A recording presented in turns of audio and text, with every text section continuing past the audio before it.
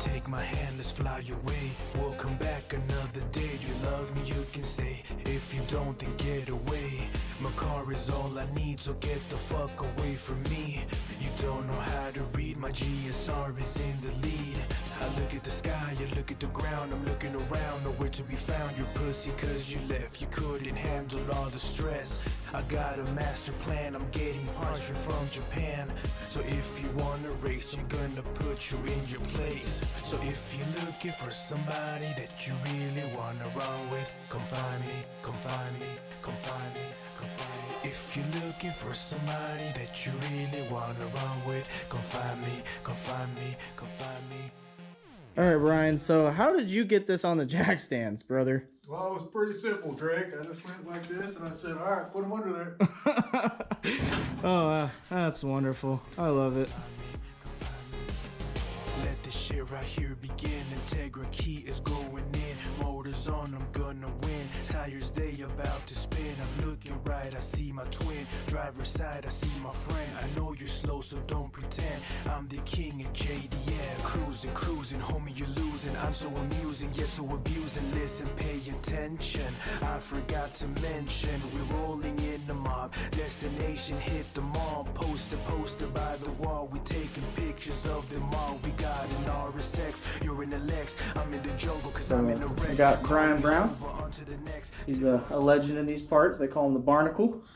But here you got a little Mustang that hasn't ran over a crowd yet, which is nice. But yeah, dude, just how'd you get the car?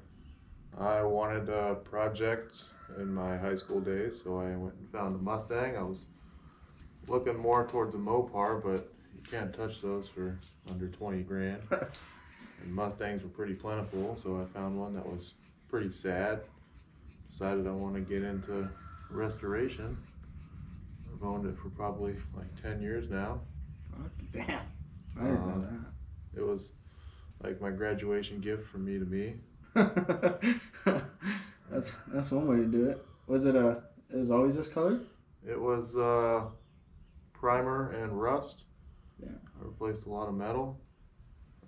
Basically the front end was in a wreck. Had to pull the motor, trans, floors, and slowly been putting it back together. Yeah, because I know we got the different transmission in it now. Yeah, I got went from a new driveline to a manual and a 4.9 in the rear. Anything weird about that conversion that you tell people, like, hey, if you're gonna do this yourself, this is what you need to fucking pay attention to? Basically just know what you source your parts from so that you always keep a data log in case U-joints go bad or whatever. You're not guessing. Yeah, because I know we had to get the driveline cut. I do remember that. Yeah. That was one issue. I remember the gearbox was a tight fit, if I'm not mistaken.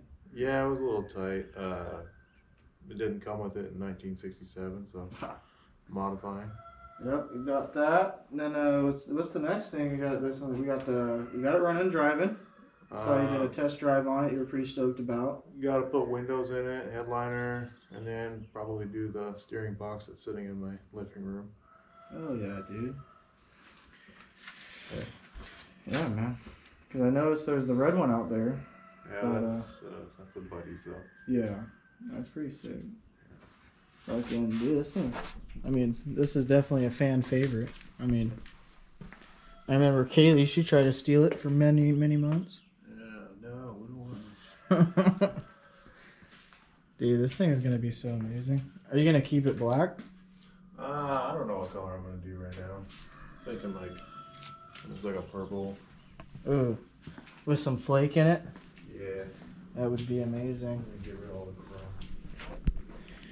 And then we got the Fiat project, which is kind of my favorite because I know nothing about Fiats other than the motors are really tiny, and you can literally pick this thing up and put it on jack stands. So how'd you get this one? Because I think we drove and got it on a trailer, didn't you? Yeah, I was looking for a classic Fiat for a long time, and I found it out Port Ludlow area, and it had been in a swamp for 10 years. Fuck. As you can see, that the whole bottom of the car is rusted out. slowly putting it back together, but sourcing parts comes from Europe, Yeah, because everything's coming from Italy. Italy, and Germany, and if there's a price tag to go with it. yeah, everything's expensive. I remember with the what was it, the clutches we were looking at? Like my race clutch was like $400-$500, and this one, just a normal clutch, was like $1,000. Clutch, yeah. My starter's $150. This starter's like $1,000. Yeah. So it's definitely gives you a little bit more of an appreciation when people are doing like Volkswagens or Audis or Fiats or anything old and out of the ordinary. Yeah. But so right now, well, you got the floor, we got the bracing in, cut all the floor out, because the flooring was in here. I do remember that. It had the tunnel. Yeah. And then this is the new piece, isn't it? Yeah, both of those on each side. Shit, you can't even tell, dude. Hardly. That's nice. That'll look really good with some paint. Yeah. A little bit of mud. I think this, hands down, is probably, like, when it comes to restoring projects, like real shit, this is the definition. This is a full involved project. This is like, I went to the junkyard, I tripped over something, hit my head on this, and then I took it home. Like that's incredible. You know, we get a little footage of this, but I mean, it is gutted. There's no wiring in it. I mean, there's a couple little cables. There's no pedals, but the flooring, original windows, which I always appreciate, because that's the first thing you see at the junkyards is broken ass windows. Yeah. I mean, this, I never really realized this was missing. Was that taken out by you? It's the original top. Oh shit, okay. Final top, all top. Man. The motor sits in the back on this guy, huh?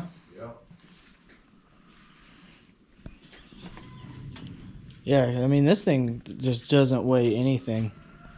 It was just super handy. I think it weighs like 900 pounds, fully loaded. What is it? What's the kind of the end picture we're kind of thinking? Obviously, we're gonna put the new floors in, get that looking pretty, kind of repaint in here, and then like, what's kind of the thought process on the steps on something like this? I think I'm gonna convert it to a hard top, so we'll be fabricating our own roof.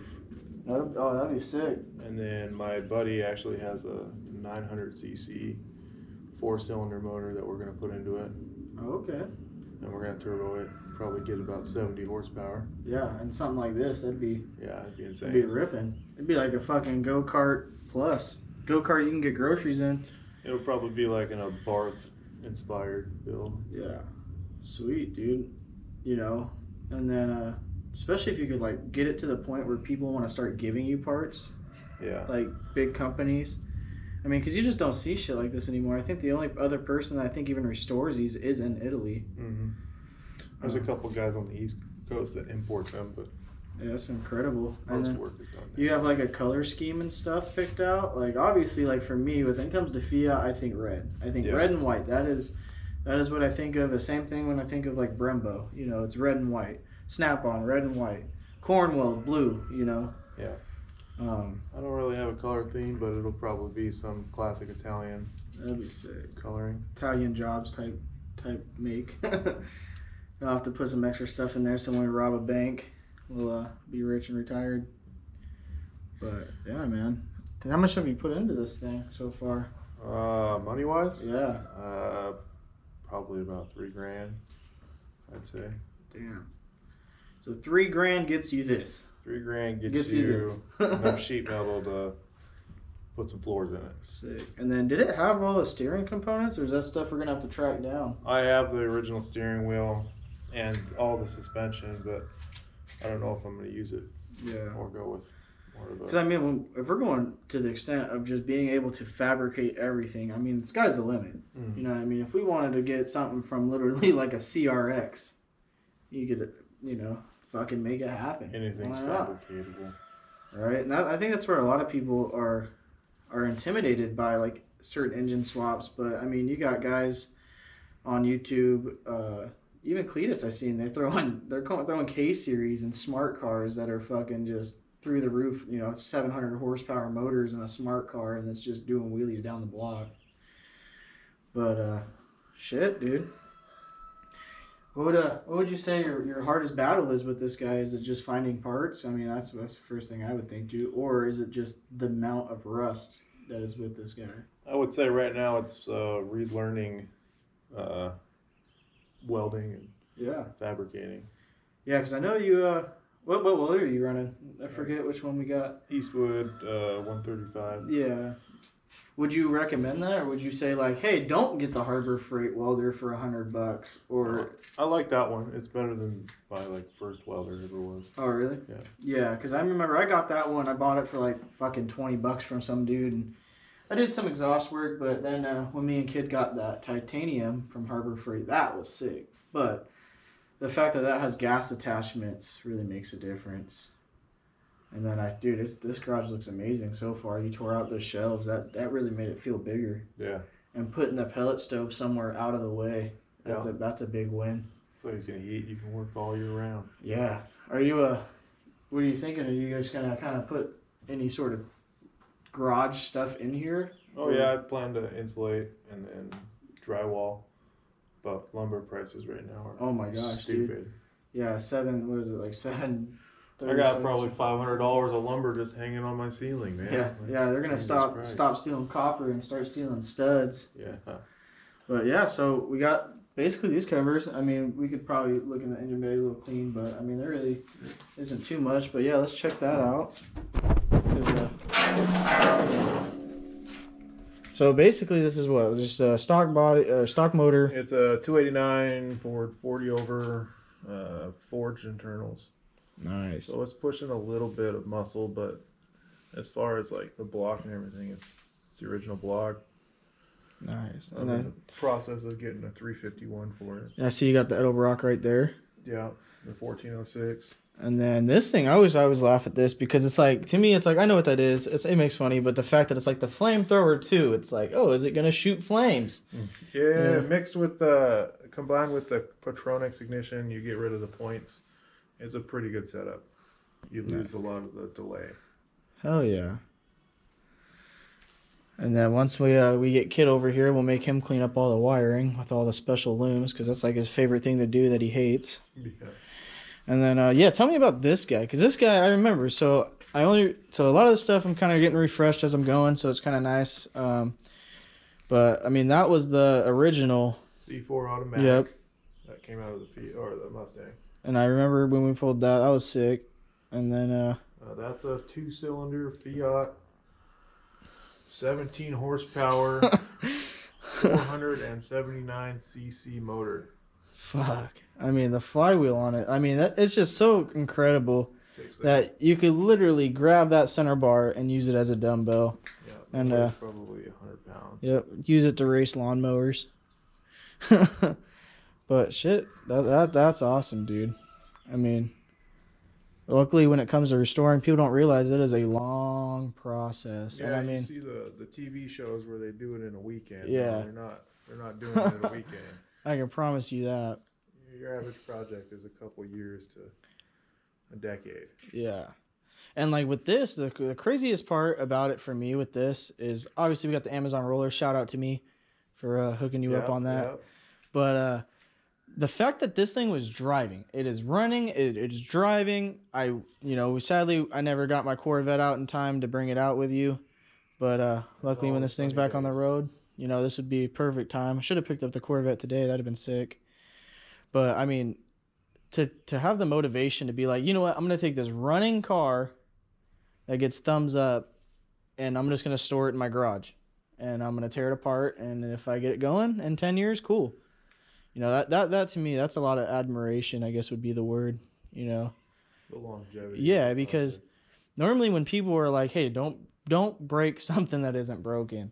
But it's like to have the mind state of there is going to be battles. There is going to be days to say, fuck it. I don't want to work on this anymore. I should just sell it. It's costing me money. I put it up on for sale twice and regretted it. It's part of the process.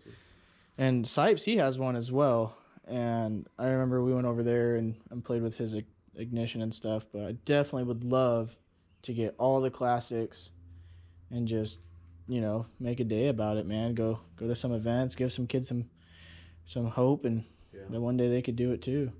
that there's more than just street racing. Yeah. Oh yeah, especially when you get into a job where you have to be an adult. You know, going to Kent on the weekends just Doesn't cut it. exactly.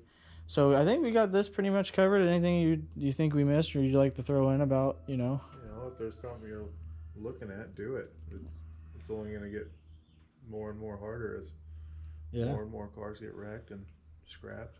I'd agree with that. And definitely, like, you know, if anybody on the YouTubes or whatever has any questions about how to do this shit, where to find the shit, you know, who has the parts or anything like that. I mean, that's really what I kind of want to do these videos for, is just not make any money or anything, but just to give people the opportunity where if they're doing this stuff by themselves because all their friends are stoners or druggies, you know, and they're sitting in their garage in the late nights, you know, they can reach out and be like, hey, There's people like us out yeah, there. you know, where the hell did you find a manual transmission? Well, we were called the 72 junkyards, and this is what you want to look for. Because I believe we got we got a bad one, didn't we?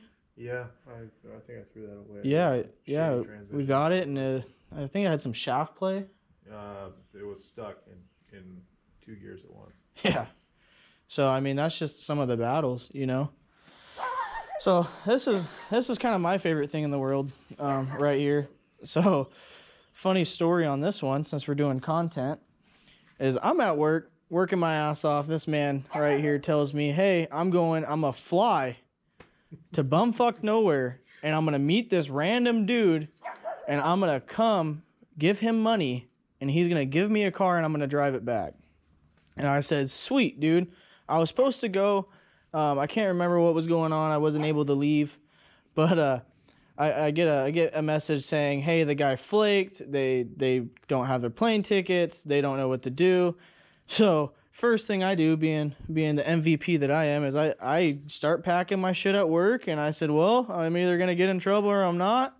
Told my boss I gotta go drive a couple. Salt Lake City. Gotta go to Salt Lake City, man. A couple, damn near 1,000 miles just to fucking drive across and pick this guy up just to take him home, you know.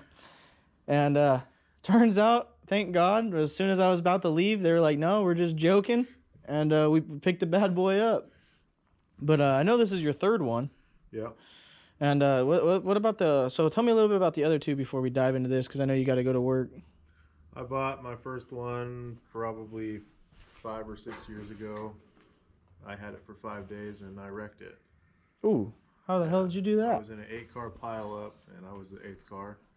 It was either hit the Toyota Tacoma or get ran over by the 30,000-pound bus. Oh yeah, and in a small vehicle like this, yeah. I chose the Toyota Tacoma. I think the only person that's lucky is Green in the Aspire. But and then your second one. I loved it. I bought it with probably about 5 months after I wrecked the other one. Because that's when I met you. Is you had that one, and I remember we went. Man, that was such a cool day. Got VIP tickets to the car show. Yeah.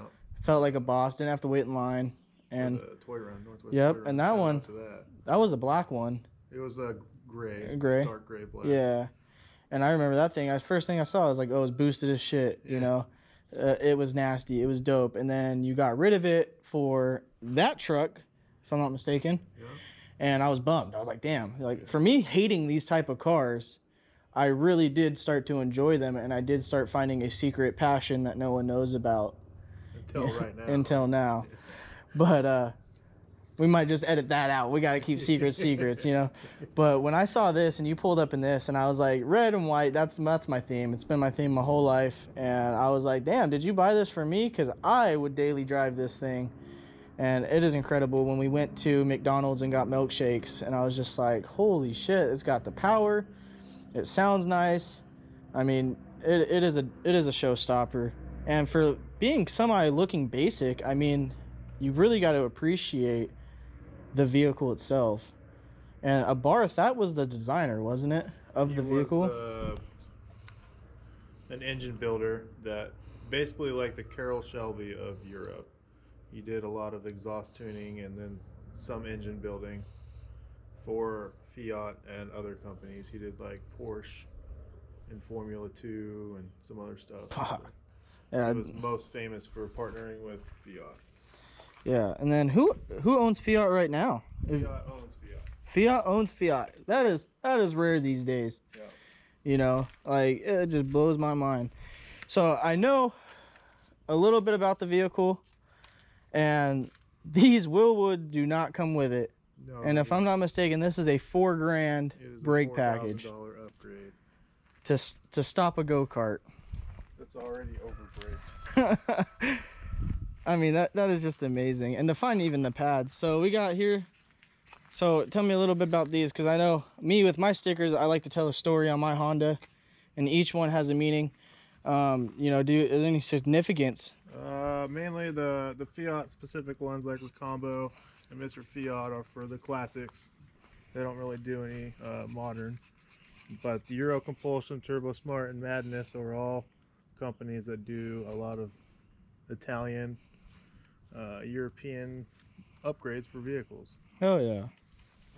Shamrock Mobile is a buddy of mine. He's running a private business of like mobile mechanics. If you break down, he'll come fix you up.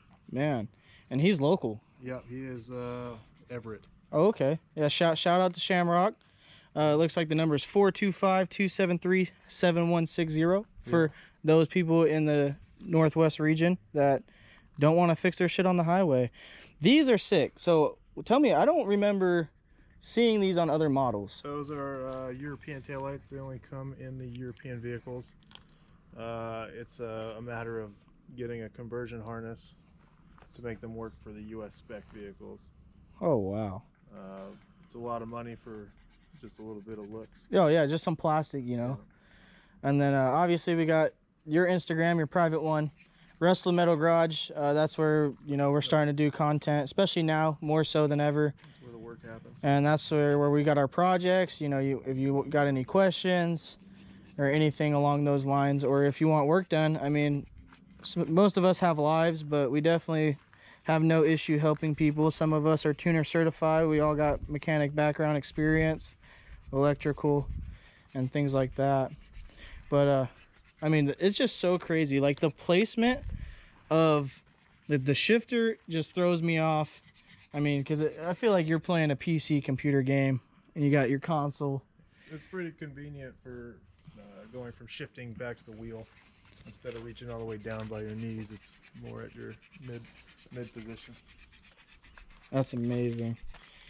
And then yeah, man, I mean, that's wonderful. Is there anything you don't like about this car other than the price of even probably oil's expensive? They could have put a bigger motor in it, but that's just everyone saying that. Yeah, oh absolutely. I mean, with anything. Yeah, I mean, other than that, it's a fun little I mean, this thing is running a crazy amount of boost, if I'm not mistaken, isn't it? Like 28 to 30. Yeah, 28 to 30 on a car like this. Yeah. I mean, that's numbers people, you know, dream about. But it's all the size of the motor. You get 28 pounds on a 4-cylinder. Doesn't do the same as 28 pounds on like a 5.3 Chevrolet. Yeah. That's amazing. I mean, just the detail. I mean, the cluster throws me for a loop. I mean, obviously you got some fishing stuff in here. But man, do you plan on doing anything else to this, or is this basically it? I plan to put the larger turbo in it, but I got 160 on the clock. I may wait till it blows up. Yeah. A new motor. And just do it all in one go. So I know your last one started to have some issues. Yeah. If I'm not mistaken, and that was kind of like the decision of, fuck, I can ride this out and get no money for it. Yeah. Or sweet, man. Anything else you'd like to show? You talk about some. You don't have to, because it's not, you know. But I'm my buddy's E30. definitely curious about this a little bit, because, you know, all my content's Japanese. Yeah, it's a BMW E30. I don't know the year, but his intention is to put a 1J, which is in the back, which is stored here as well. Yeah. In Rusted Metal Garage. You know, ready to go. Yeah, we're just waiting on him to come get started. Oh yeah, and I mean, him getting the motor here recently, that's a pretty huge motivator. Step, yeah. And I mean, he's got us, and I mean, I have no issue working late nights or whatever. And then this guy obviously is the same thing. This one was trailered last month? Yeah. He picked it up, and this is another little restore project. And this is going to be tight, because I'm excited, because hopefully I can get pretty involved with this one, because seeing that one and like seeing this one, it definitely gives me an appreciation I want to see the differences. I want to see, you know, where it comes down to the Nissan hard bodies. You know, the 95 and the 93 are so similar, but there's so many differences, and just to get the knowledge from it. Yeah, I mean, But this one's fully involved, probably full floors and maybe tunnel. that's amazing. And then this stuff is gonna happen in that garage? Yeah, it'll happen in that garage. That's amazing, dude. And we'll be a part of it, and we'll do the photos and the stuff, and you guys can follow it and ask your questions and things like that. You know, this could get a gajillion people involved in this kind of stuff, or, you know, just 10. But if we even get one person interested, then mission success, man. You know, stop spending money on drugs and start spending money on, you know, a different, yeah. Either way, you're gonna be broke. Yeah. And the enjoyment of yeah, building something that you can keep forever. then I got the Trailhawk right here, you know, for the off-road vehicle portion. But I know Brian has to go to work here. We ate up about 20 minutes of his time. Definitely want to give him a shout out for letting me swing by and just play with the camera a little bit and do some editing, some stuff. But hopefully we can get more stuff like this, especially on the weekends. Shoot over here, definitely film him doing some welding and actual work, so you think, you know, it's not just all talk. But I got some old photos and stuff. But yeah, thanks.